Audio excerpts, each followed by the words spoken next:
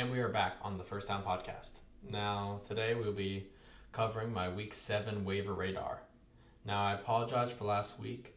I was not able to get out a podcast, but if you checked out my Twitter page at the First Down Pod, you're able to see my Week 6 waiver radar on there. And if that ever happens in the future, check out the Twitter page.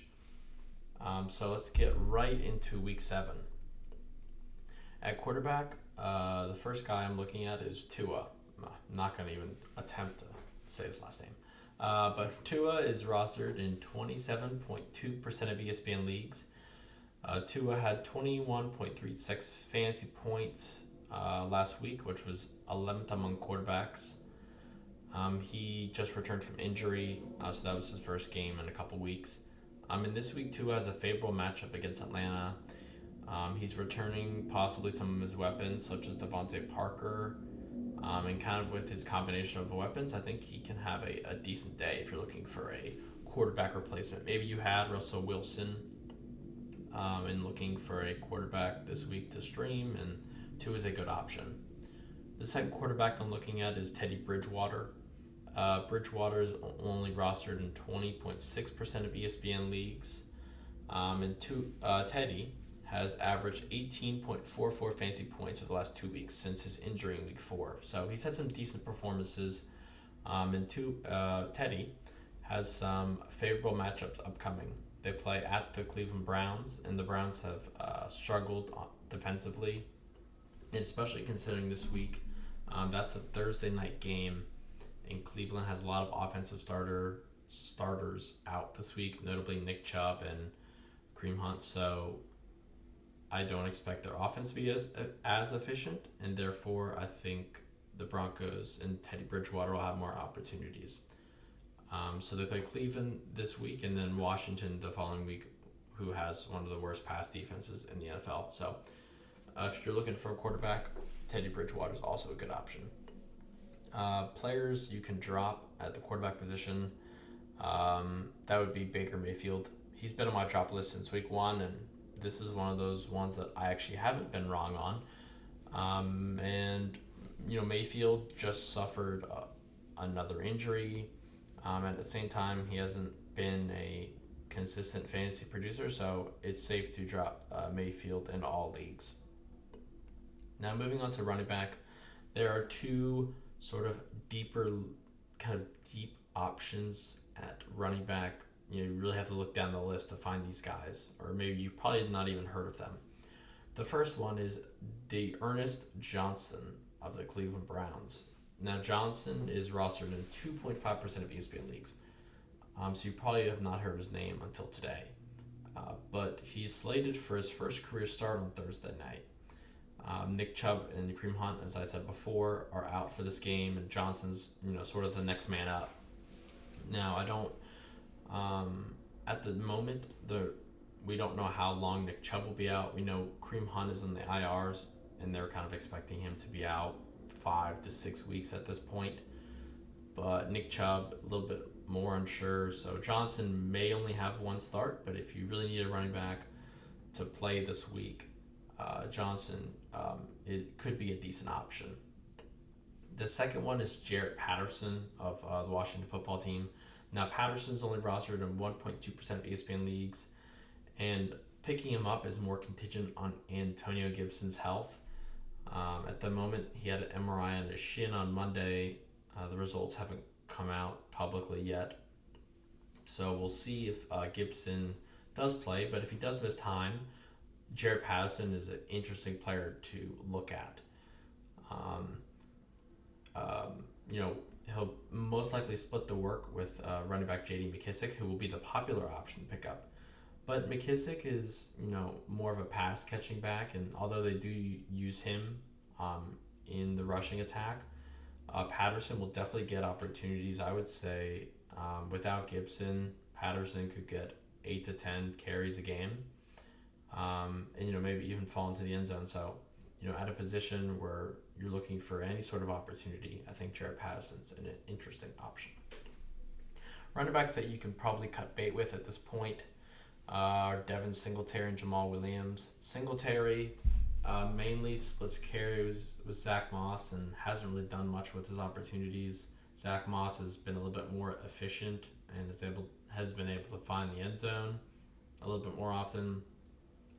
And similar to Jamal Williams, he kind of splits carries with Swift in the rushing attack and really doesn't get a lot of opportunities in the passing attack, and Swift kind of dominates that. So you can probably cut bait with both of these running backs in most leagues.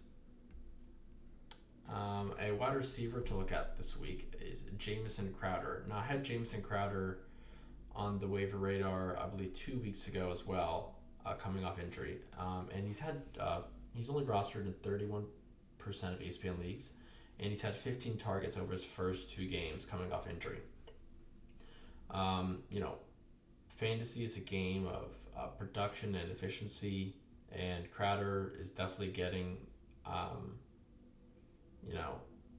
opportunities for production, and I think is an interesting option going forward. Consider wide receivers you could consider dropping are Mecole Hardman and Will Fuller. I've had them previously on the drop list. Hardman doesn't get a whole lot of opportunities, usually 3 to 4 catches a game, and you kind of just hope he falls into the end zone or has a big play.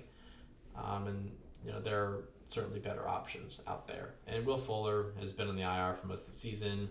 Even when he does come back, I don't see a significant role in the Miami offense for him. There's plenty of other good wide receivers such as Devontae Parker, Preston Williams, Jalen Waddle. So Will Fuller would just only be sharing with a bunch of other wide receivers. So I would consider dropping both of those wide receivers. Now moving on to tight end. This is probably my favorite waiver radar this week, and that would be Ricky Seals-Jones of the Washington football team. Now, Seals-Jones is only rostered in 29.5% of ESPN leagues, but since Logan Thomas has been injured, he's played a significant role in the Washington offense. He's had 15 targets over the past 2 games, and last week he played every offensive snap for Washington. So Washington, Coach Rivera has really talked a lot about Ricky Seals-Jones and how much he's kind of surprised them over the course of the season. And I expect the Washington offense to continue to use Ricky Seals-Jones as long as Logan Thomas is out, which will at least be, another 2 to 3 weeks at least. So I think Ricky Seals-Jones at the tight end position is a interesting and a good option.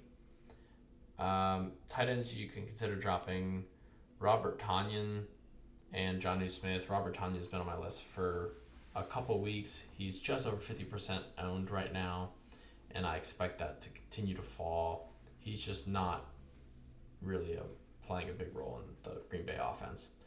And that's also similar to Jonnu Smith, who, at the beginning of the season was seen as kind of equal with Hunter Henry. It seems Hunter Henry is more taken off the pass catching role in the New England offense. So I think you're safe to drop Jonnu Smith at this point as well. Now, kicker. The kicker I have this week to look out for is Zane Gonzalez. Now, Gonzalez is only rostered in 1.1% of ESPN leagues, so rarely owned. But Gonzalez has some favorable matchups upcoming against both the Giants and the Falcons. He had a decent fantasy week last week, 9 fantasy points. And I expect the Panthers to score a good amount of points against both the Giants and the Falcons. I expect Gonzalez to have, at least a field goal or 2 in each of those games, and, maybe 2, 3, 4 extra points. So I expect decent fantasy production from Gonzalez. The kicker you could look into dropping would be Graham Gano. The Giants have a multitude of injuries on their offense. They're just struggling to even, move the ball, get the first downs. So I would, at this point, drop Graham Gano for another kicker. Lastly, defense. I'm looking at the Dolphins' defense this week. The Dolphins are rostered in 24.7% of ESPN leagues.